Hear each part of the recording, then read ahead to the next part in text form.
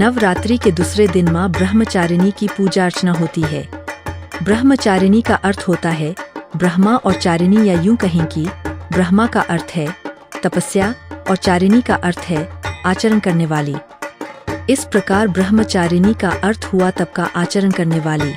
माँ ब्रह्मचारिणी के दाहिने हाथ में जप की माला और बाएं हाथ में कमंडल रहता है। साथ ही इन्हें ज्ञान, तपस्या और वैराग्य की देवी भी माना जाता है।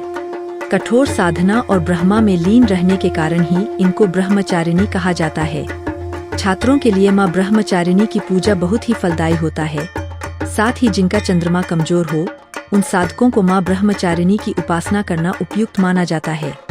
माँ ब्रह्मचारिणी देवी की कृपा से उसे सर्वत्र सिद्धि और विजय की प्राप्ति होती है। इस दिन साधक कुंडलिनी शक्ति को जागृत करने के लिए भी साधना करते हैं, जिससे कि उनका जीवन सफल हो सके और अपने सामने आने वाली किसी भी प्रकार की बाधा का सामना आसानी से कर सकें। माँ ब्रह्मचारिणी का स्वरूप अत्यंत सुंदर और दिव्य है। वे आमतौर पर सफेद वस्त्र धारण करती है और उनके हाथों में जप करने की माला और कमल का फूल होता है। उनका चेहरा शांत और ध्यान मग्न होता है, जो साधना और तप का प्रतीक है। माँ ब्रह्मचारिणी तपस्वियों और साधकों की आराधना की देवी है। वे ध्यान और साधना के माध्यम से उच्च ज्ञान प्राप्त करने की प्रेरणा देती है। उन्हें समर्पण और भक्ति का प्रतीक माना जाता है।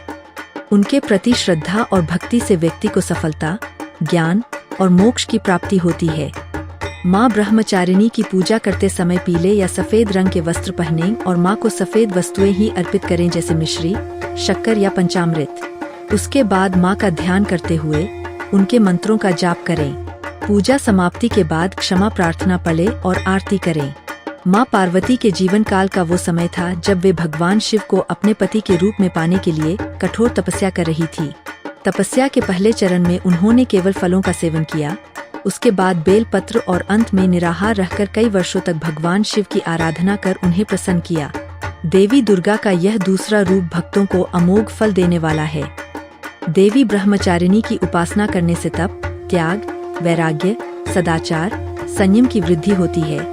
साथ ही माँ ब्रह्मचारिणी की कृपा से मनुष्य को सर्वत्र सिद्धि और विजय की भी प्राप्ति होती है तथा जीवन में आने वाली समस्याओं व परेशानियों का नाश होता है।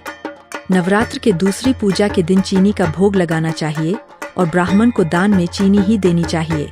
कहा जाता है कि ऐसा करने से मनुष्य दीर्घायु होता है। माँ ब्रह्मचारिणी का पूजा और स्मरण करने से व्यक्ति को आंतरिक शक्ति, ध्यान और ज्ञान की प्राप्ति होती है, जो उन्हें जीवन की कठिनाइयों का सामना करने के लिए प्रेरित करती है।